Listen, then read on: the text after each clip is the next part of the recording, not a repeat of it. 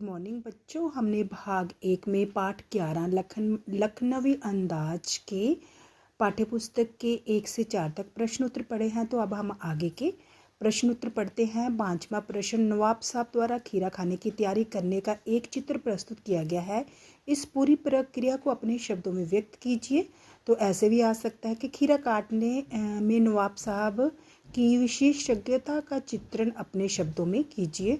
तो भी आपने यही लिखना है। उत्तर, सेकंड क्लास के एकांत डिब्बे में बैठे नवाब साहब ने अपने सामने बिछे हुए तौलिए पर दोनों खीरों को रखा। उसके बाद पानी से उन्हें धोया, फिर उसे तौलिए से पोंछने के बाद अपनी जेब से चाकू निकाला और दोनों खीरों के सिरों को काटकर उन्हें गोद लिया, झाग निकाला। तब नवाब साहब ने दोनों खीरों को बहुत सावधानी से छीला और उनकी फांकें काटकर उसे तौलिए पर सजा दिया। तत्पश्चात का अर्थ, उसके बाद कागज की पुड़िया में से नमक, लाल मिर्च, जीरा एक साथ पिसे हुए मसाले को खीरे की फांकों पर बड़ी शालीनता से छिड़क दिया। इस प्रकार से नवाब साहब ने खीरा खाने की तैयारी की थी।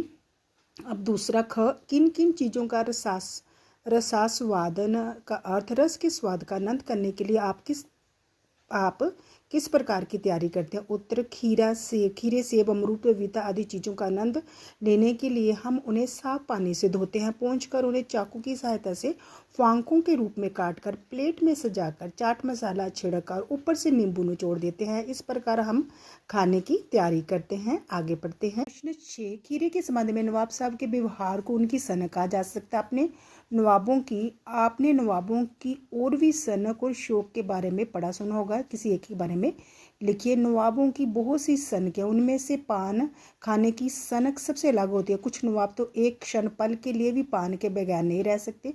वे जहाँ भी बैठेंगे उनका पानदान उनके साथ रहेगा। बड़े आराम से वे पानदान में से पान का पत्ता निकालेंगे, उसकी डंडी को बहुत यत्न से कैंची की मदद से काटेंगे। इसके बाद पान को साफ कपड़े से या तो पोंछेंगे या फिर उसे पानी से धोएंगे। इसके बाद चूने और कत्थे को पान में लगाएंगे। इलायची, सौंफ, गुलकंद आदि उसमें मिलाकर उसकी तह बनाकर मोड़कर बड़ी नजाकत से उसे मुंह में डालकर चबाना शुरू कर देंगे। नवाब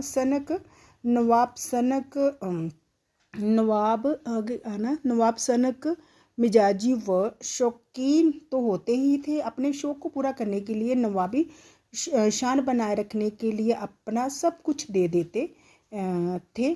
क्या सनक का कोई सकारात्मक रूप हो सकता है? हाँ, सनक का सकारात्मक रूप भी हो सकता है। यदि हम किसी अच्छे कार्य में रुचि लेकर उसके प्रति सनक भाव से